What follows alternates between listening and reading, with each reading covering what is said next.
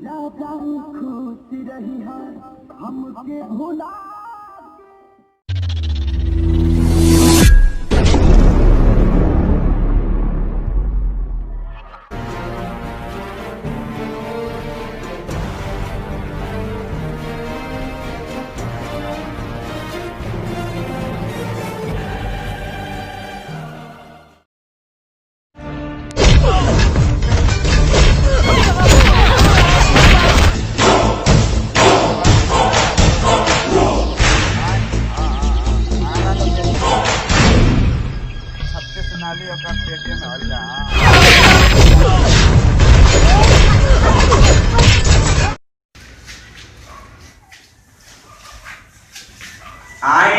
पांडे जी आई मुखिया जी, पांडे के दरबार में आपका स्वागत है। भरपूर छमिया के माजा लीजिए। धन्यवाद पांडे जी। और बताइए कैसे? और सब ठीक है। बेटा हमको तो मार के छोड़ देने अभी है समीरा बेटा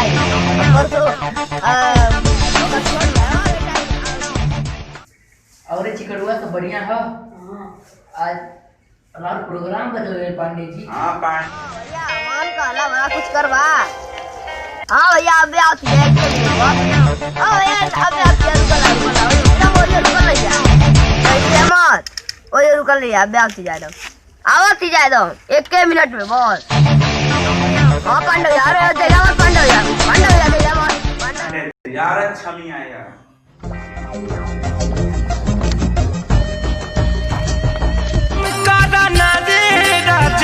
कम कहना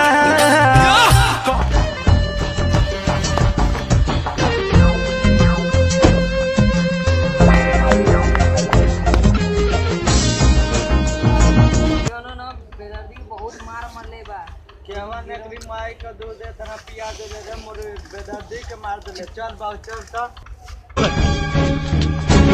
हम करना दे पिया कम कहना रोजे पिया तारा बिसी किया रोजे पिया तारा बिसी किया पियल का तनी कम करना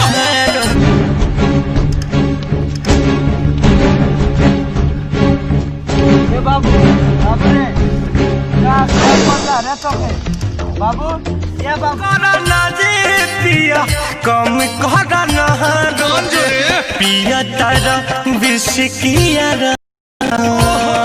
रोजे पिया तारा विष किया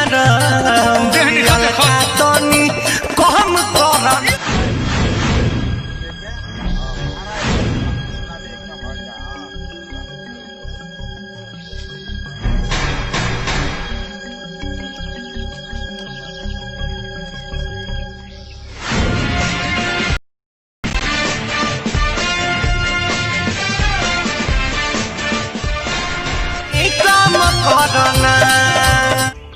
बाबू ए बाबू उठ रे बाबू रे बाबू ए बेदर्दी